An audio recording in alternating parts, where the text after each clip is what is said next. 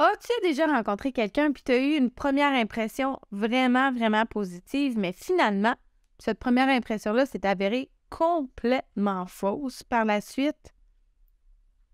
Bien, peut-être que cette personne-là avait de l'air super, super confiante, peut-être qu'elle avait de l'air très charismatique, mais tu t'es rendu compte rapidement qu'elle n'était pas fiable, qu'elle était peut-être malveillante ou malhonnête. Dans l'épisode de cette semaine, j'avais envie de te parler de l'effet d'halo, qui est un biais cognitif qui peut nous affecter sans même qu'on le sache. Dans le monde du travail, cet effet-là peut causer bien des problèmes, surtout quand on embauche des personnes en se basant uniquement sur leur apparence physique ou sur leur réputation plutôt que se baser sur leurs compétences et leur expérience. Ça peut entraîner des erreurs de recrutement qui sont coûteuses pour l'entreprise, en plus de causer des problèmes dans la gestion des employés puis dans leur évaluation de performance. Bienvenue au podcast Ambitiose. On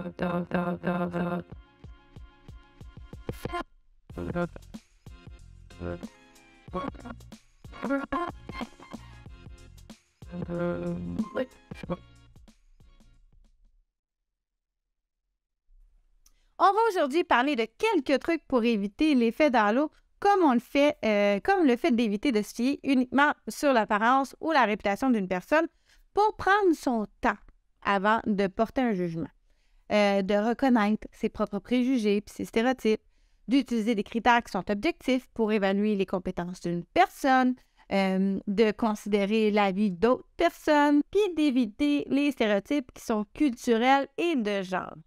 Si tu es un employeur ou un gestionnaire, c'est crucial de comprendre cet effet-là puis de prendre des mesures pour l'éviter. La première étape, comme tu as sûrement deviné, c'est la prise de conscience.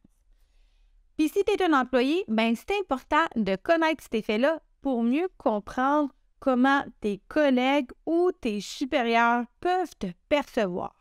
J'espère que tu vas apprendre quelque chose d'intéressant dans cet épisode et que tu seras mieux préparé pour éviter l'effet d'halo dans ta vie professionnelle, mais aussi dans ta vie personnelle. Si tu as des questions ou commentaires, n'hésite pas à m'écrire en dessous de cet épisode-ci. Et je veux prendre un petit moment aussi pour te rappeler que si tu aimes mon contenu et que tu veux m'encourager, la meilleure façon de le faire, c'est de liker. Tu peux mettre un petit pouce ici, mon vidéo, de t'abonner sur mes différentes plateformes YouTube, Spotify, TikTok, Instagram, Facebook. Et si tu aimes cet épisode-ci, partage-le dans ta story. Identifie-moi, j'adore interagir avec ma communauté. Comment faire pour éviter de tomber dans le piège de l'effet halo? Bien, pour commencer, c'est important d'éviter, je pense que ça fait 3 fois que je le dis, d'éviter de se fier uniquement sur l'apparence, la réputation d'une personne.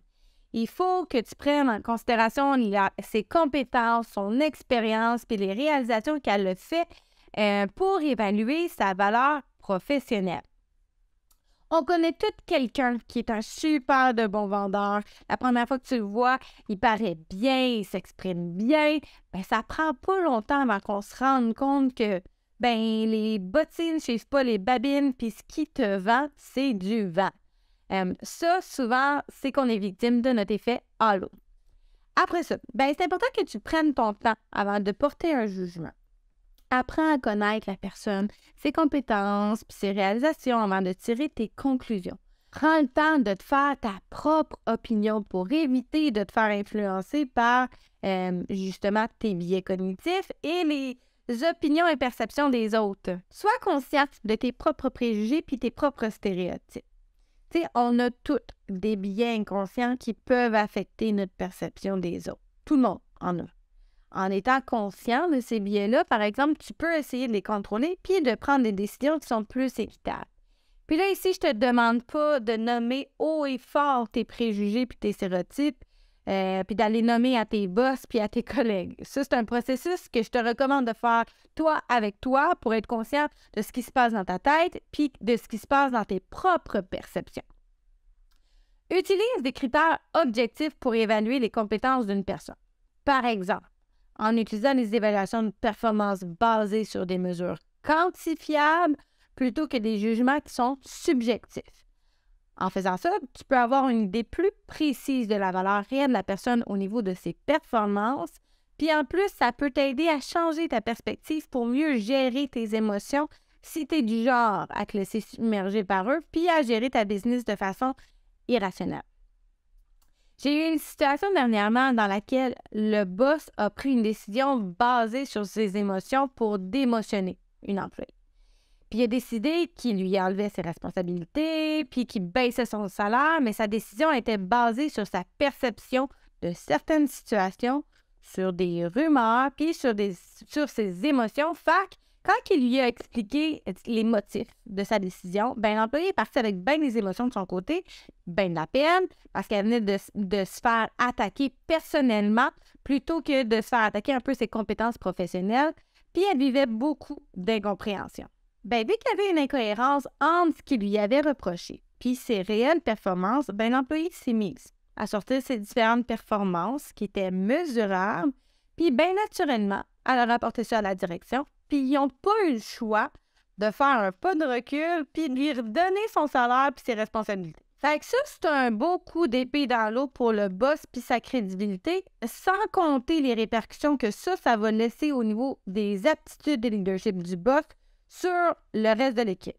Fait que c'est une démission presque garantie pour l'employé qui était concerné dans les prochains mois.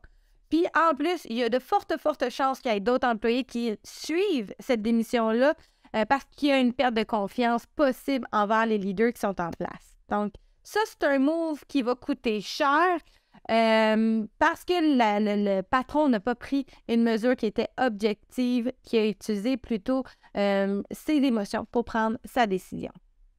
Si tu penses que tu fais souvent une erreur de perception en raison de l'effet halo, va chercher l'avis de d'autres personnes pour venir valider ou contre-valider ta perception quand tu prends une décision. Ça va t'aider à voir les choses de manière plus objective puis de prendre des décisions qui sont plus rationnelles. Finalement, essaie de te tenir loin des stéréotypes culturels puis de genre qui peuvent affecter la façon dont tu perçois les autres. Encore une fois, je t'invite à ne pas crier tes stéréotypes haut et fort à tes boss et tes collègues, mais plus à reconnaître que tu as probablement des stéréotypes. Puis il faut que tu en sois conscient pour éviter de te baser sur ceux-là quand tu fais une évaluation des autres. Par exemple, tu choisis jamais une femme pour un poste de management parce que tu dis « toutes les femmes ne savent pas gérer leurs émotions, fait que quand il va falloir qu'elle ait des conversations difficiles, elle ne sera pas capable. » Mais ça, c'est pas vrai. C'est un gros préjugé, un gros stéréotype, puis c'est ça, c'est faux. J'espère que tu as appris quelque chose d'intéressant dans cet épisode et que tu vas être mieux préparé pour éviter l'effet d'halo dans ta vie professionnelle et personnelle. Si tu as des questions, des commentaires ou des sujets que tu aimerais que j'aborde, n'hésite pas à les écrire ci-dessous. Et n'oublie pas de liker, partager, t'abonner sur mes plateformes. Merci énormément d'avoir été au rendez-vous. Bonne semaine!